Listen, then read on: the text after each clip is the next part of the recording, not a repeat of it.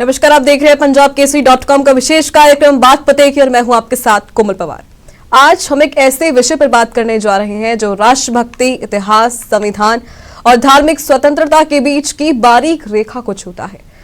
केंद्र सरकार ने हाल ही में वंदे मातरम के लिए नए दिशा निर्देश जारी किए हैं, जिसमें बंकिम चंद्र चट्टोपाध्याय की मूल रचना के सभी 6 अंतरे अनिवार्य कर दिए गए हैं।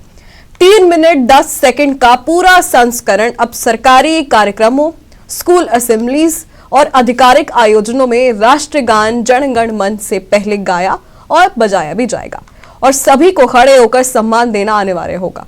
बता दें, ये फैसला वंदे मातरम के 150 वर्ष पूरे होने के उपलक्ष्य में आया है, लेकिन इससे विवाद भी अब तेज हो गया है। एक तरफ इसे राष्ट्रभक्ति का पूर्ण सम्मान और ऐतिहासिक सुधार बताया जा रहा है, तो दूसरी तरफ इसे धार्मिक स्वतंत्रता पर हमला और जबरदस्ती थोपना और पुराने विवाद को फिर से जगाना कहा जा रहा है, खासकर मुस्लिम समुदाय और विपक्षी दलों की ओर से। और 1937 में कांग्रेस ने केवल पहले 2 अंतरे अपनाए थे ताकि सभी समुदाय साथ चल सके। आज पूरे 6 अंतरे अनिवार्य करने से क्या वाकई एकता बढ़ेगी या समाज में नई दरारें पड़ेंगी? आज हम इन सवालों के जवाब तलाशेंगे। क्या यह संवैधानिक है या राष्ट्रहित में है या ये राजनीतिकरण का नया रूप है? लेकिन उससे पहले इस पर मुस्लिम स्कॉलर्स का क्या कुछ कहना है, आप वो सुने। देखिए, हुकूमतों का काम है आदेश जारी करना और उस आदेश के साथ में इस बात का ज़रूर ख्याल रखना चाहिए कि लोगों की राय आमा क्या है। कोई राष्ट्रगीत पढ़े, कोई राष्ट्रगान पढ़े, किसी को कोई एतराज़ नहीं है, न कहीं कोई आपत्ति है। खूब पढ़ें जो लोग पढ़ना चाहते हैं, और जो लोग नहीं पढ़ना चाहते हैं उनके ऊपर किसी तरीके से दबाव न बनाया जाए। 1988 का एक फैसला केरला हाई कोर्ट ने दिया था, एक स्कूल के बच्चों के सिलसिले में था। वहाँ तब दबाव बनाया गया था कि नहीं, वंदे मातरम हर हाल में तुम्हें पढ़ना है। उस पर माँ बाप बच्चों के हाई कोर्ट पहुँचे। हाई कोर्ट ने ये आदेश दिया कि किसी के ऊपर जबर और दबाव नहीं डाला जाएगा, लोगों को अपने विवेक पर, उनकी ज़मीर पर छोड़ दिया जाए। देखिए, तो अब वंदे मातरम पर बवाल लगातार तेज हो गया है, तो ऐसे में सवाल है कि क्या ये राष्ट्रहित में है या इसका राजनीतिकरण हो रहा है या ये राजनीतिकरण का नया रूप है। इसी पर चर्चा करेंगे और चर्चा के लिए हमारे साथ बेहद ही खास मेहमान जुड़ चुके हैं।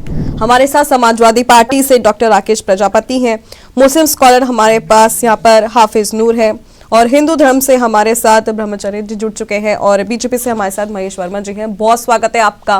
और सबसे पहला सवाल मैं महेश जी आपसे लेना चाहूंगी, वंदे मातरम अब इस्लाम विरोधी कैसे हो गया है? वंदे मातरम कभी इस्लाम विरोधी था ही नहीं। वंदे मातरम तो उस समय गाया गया जब कांग्रेस के अध्यक्ष जो है एक मुस्लिम ही थे, और उनकी अध्यक्षता में बकायदा वंदे मातरम को जो है उस अधिवेशन में गाया गया और वहां से शुरुआत हुई इसकी। तो सवाल यह है कि फर्क अपने मादरे वतन के ही अगर कोई गुणगान करे तो वो कैसे, किस प्रकार से वो मतलब वो धर्म के खिलाफ होगा या इस्लाम के खिलाफ होगा या मुसलमान के खिलाफ होगा या इस देश के खिलाफ होगा? तो ये तो संकीर्ण सोच है ना। हम इस देश में रहते हैं, खाते पीते हैं, हमारी मातृभूमि है, और यहां रहते हुए अगर हम उसके महत्व को नहीं समझ पाए, जो हमारा कहीं राष्ट्रगीत है या राष्ट्रगान है, और उसके ऊपर हम अपने ऊपर कहीं इस्लाम में इस तरह के कोई, कुरान में, इस्लाम में, हदीस में या किसी प्रकार से कहीं ऐसा पाबंदी थोड़ी है कि भाई आप ऐसा नहीं कर सकते हैं। तो सवाल यह है कि आप किस वजह से ये कर रहे हैं? सिर्फ राजनीतिक कारणों से कि भाई आपके अंदर जो है एक जहर डाली जाती है, एक बीज डाला जाता है कि देखो ये जो है तुम्हें जो है अब ये मुसलमान से नॉन मुसलमान बनाने जा रहे हैं। वंदे मातरम गाने का मतलब ये थोड़ी है कि कोई आदमी मुसलमान से हिंदू हो जाएगा, और इतना कमजोर थोड़ी है इस्लाम कि इस तरह की चीजों से कहीं फक्र होना चाहिए। सबसे पहले आप भारतीय हैं, उसके बाद हिंदू, मुसलमान, सिख, ईसाई हैं। लेकिन उनका तो जो कहना यहाँ पर भारतीय महेश होने जी के नाते, हाँ, उनका कहना है कि जोर जबरदस्ती नहीं होनी चाहिए, हम गाना चाहें तो ही ऐसा होना चाहिए। देखिए सवाल ये है कि जोर जबरदस्ती की जो बात है, जोर जबरदस्ती तो ये खुद से करते हैं, ये खुद से करवाते हैं।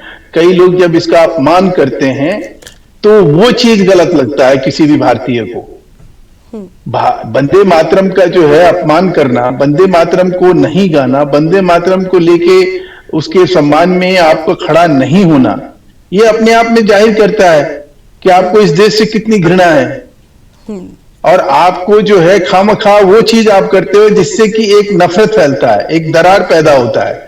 तो उस दरार से बचना है, इस झांसे में नहीं आना है कि आपको किसी तरह से कोई आदमी कह दे कि देखो आप मुसलमान हो, आप वंदे मातरम कहोगे और आपके ही मतलब और कोई नहीं, कुछ ऐसे लोग इसमें बहुरूपिये की तरह है, या वो हामिद अंसारी पूर्व उपराष्ट्रपति ले लीजिए, या इसी प्रकार से और जो है कुछ स्कॉलर है, कटमुल्ले हैं जो कि इस तरह की चीजों को उन्माद फैलाते हैं, या वो वैशी हैं जिनको मुसलमान के नाम से राजनीति करनी है। तो इन सब चीजों से बचने का सबसे अच्छा तरीका है कि आप उसको स्वतः स्वीकार करिए और इसको कहीं ना कहीं कहिए, रिकॉग्नाइज आप करिए।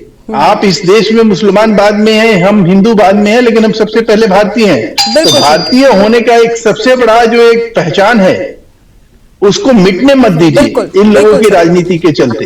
बिल्कुल हाफिज जी, तो ये जो चीज है बहुत जरूरी है। हाफिज जी, सबसे अहम बात यह, आपने सवाल ऐसी पार्टी की प्रतिष्ठा से किया है जिसकी पार्टी की बुनियाद ही मुस्लिम विरोध में है, मुस्लिम दुश्मनी में है, तो जिनका वजूद ही मुसलमानों का विरोध है। अगर ये मुसलमानों का विरोध ना करें, मुसलमानों के खिलाफ कार्य ना करें, तो इनकी पार्टी की कायम रहना ही बेकार साबित होगा। तो आपने हमसे सवाल किया है तो हम बहुत खुलकर भी कहना चाहते हैं, कोई वंदे मातरम गा रहा है, कोई वंदे मातरम पढ़ रहा है, कोई स्कूल में पढ़े, कोई घर में पढ़े, कोई किसी भी जगह पढ़े, हमें कोई एतराज नहीं है। लेकिन ये कौन सा संविधान कह रहा है और संविधान के किस कालम में लिखा है तो कोई नहीं गा रहा है तो आप उससे जबरन आप उससे कहें कि आप गाओ, या उससे देश विरोधी कहोगे, या आप कहोगे कि भारत से आप मुक्ति जाओ। ये चीज नहीं होनी चाहिए। ये कहना मैं चाह रहा हूँ, ये वंदे मातरम जिसमें तो बहुत सारे लफ्ज है, जब भारत की हवा की तारीफ हो, गंगा जमुना की तारीफ हो, भारत की हरियाली की तारीफ हो, भारत की जो खुशहाली है, भारत के हालात अच्छे हैं, इसकी तारीफ हो, किसी को एतराज नहीं। लेकिन जब आप एक बंदगी करेंगे कि आप एक मूर्तियां बनाएंगे, आपकी बताएंगे, आप इसकी पूजा कर रहे हैं, फिर आप कहेंगे मुसलमानों से इसकी पूजा करो, इसकी जय जयकार करो, तो हम साहब अपने पैगंबर जिसकी सबसे ज्यादा मोहब्बत करते हैं, पैगंबर इस्लाम सल्लल्लाहु अलैहि वसल्लम को खुदा नहीं मानते हैं। ला इलाहा इल्लल्लाह हमारा सीधा है कि हमारा रस्मी पूजनीय है। हम अपने पैगंबर मोहम्मद रसूलुल्लाह सल्लल्लाहु अलैहि वसल्लम से बहुत मोहब्बत करते हैं, लेकिन उनकी पूजा नहीं पूजा नहीं करेंगे।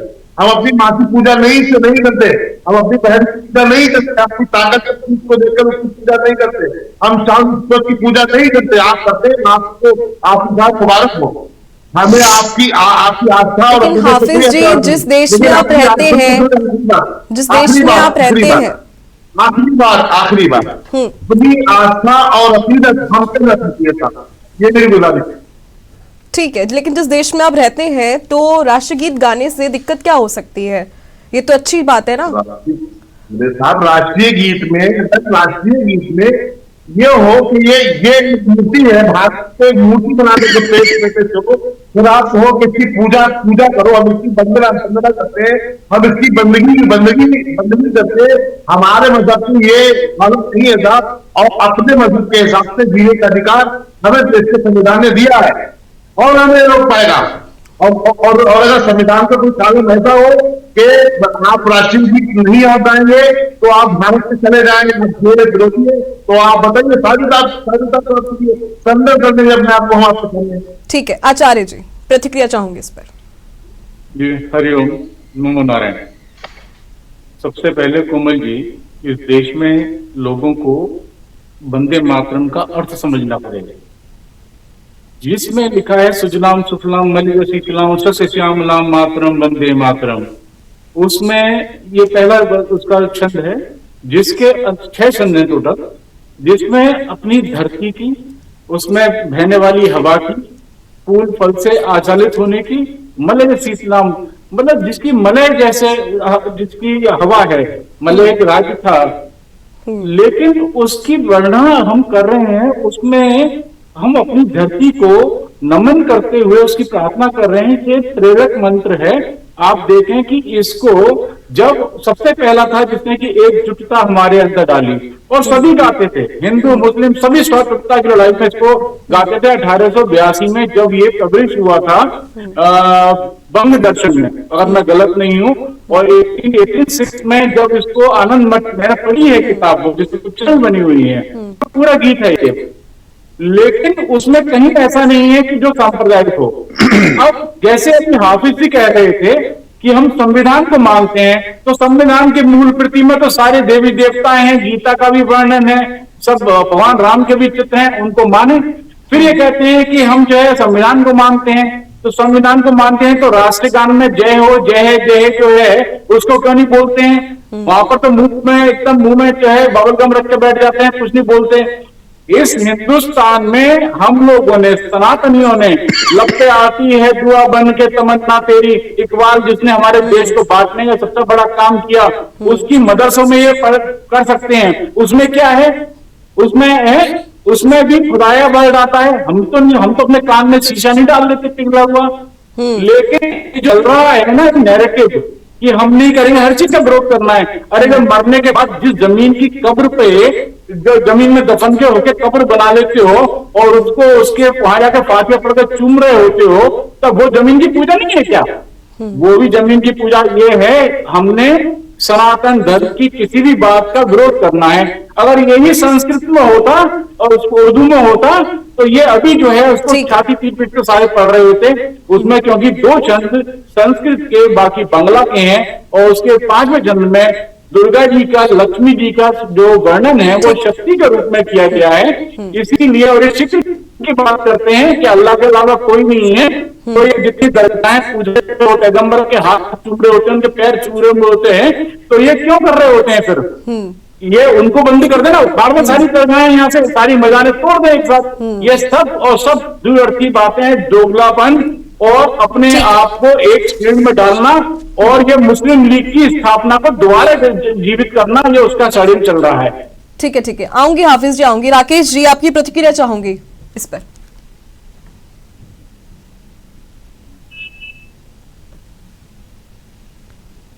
राकेश, हम सुन नहीं पा रहे हैं आपको। मुझे नहीं लगता है। जी बोलिए।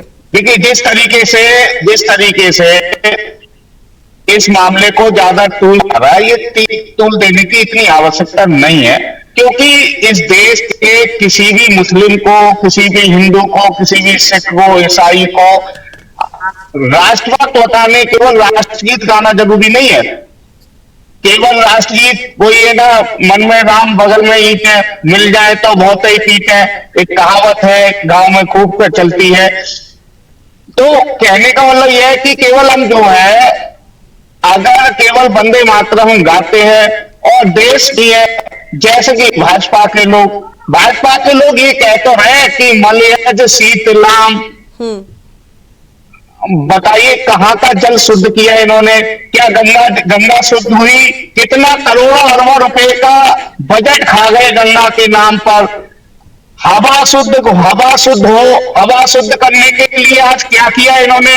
अरावली पर्वत को काटने का प्रयास किया गया था, लोगों की हवा को छीनने का प्रयास किया। ये बनते राष्ट्रभक्त है। फिर दूसरी बात यह है कि आकर के उत्तर प्रदेश में ये नियम लागू हुआ है। आकर के उत्तर प्रदेश के प्राइमरी स्कूल की एजुकेशन सिस्टम को देखिए, बच्चों की छतें टपक रही हैं, बच्चों को बैठने का स्थान नहीं है, बच्चों को दलिया तक उपलब्ध नहीं करा पा रहे हैं।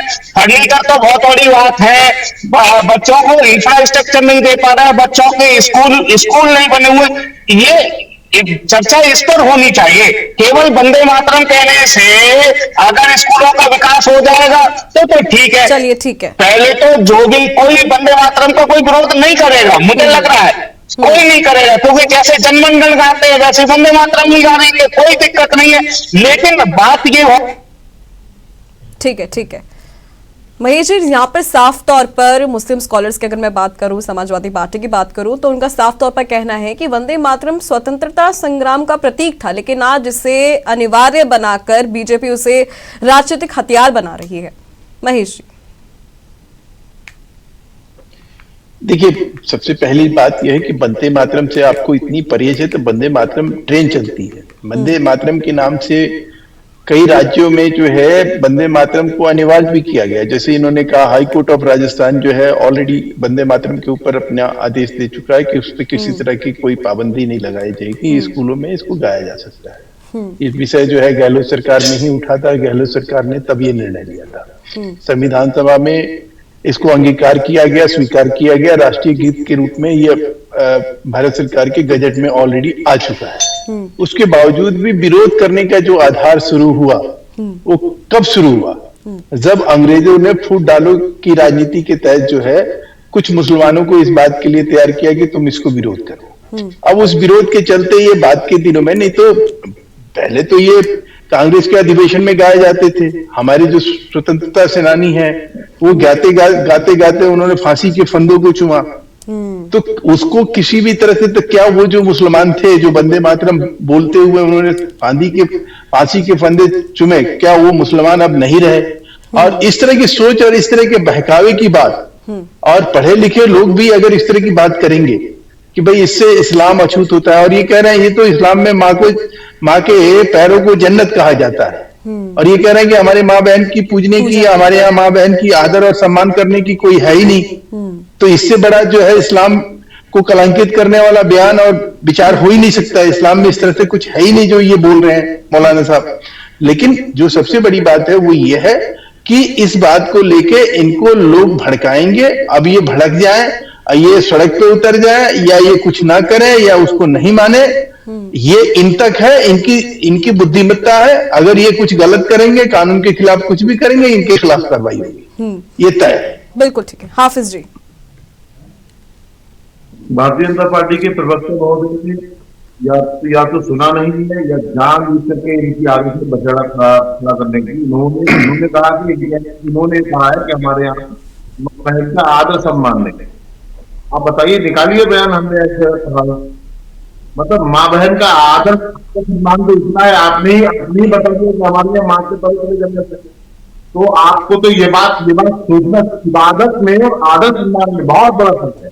किसी की इबादत करना, हमारे इबादत सिर्फ हम अपने अल्लाह की करते हैं, परवरदिगार की करते हैं। हमने बहुत बड़ी बात कही आपसे कि हम मोहम्मद रसूलुल्लाह सल्लल्लाहु अलैहि वसल्लम की पूजा नहीं करते, पूजा करते हैं सिर्फ अल्लाह की करते हैं।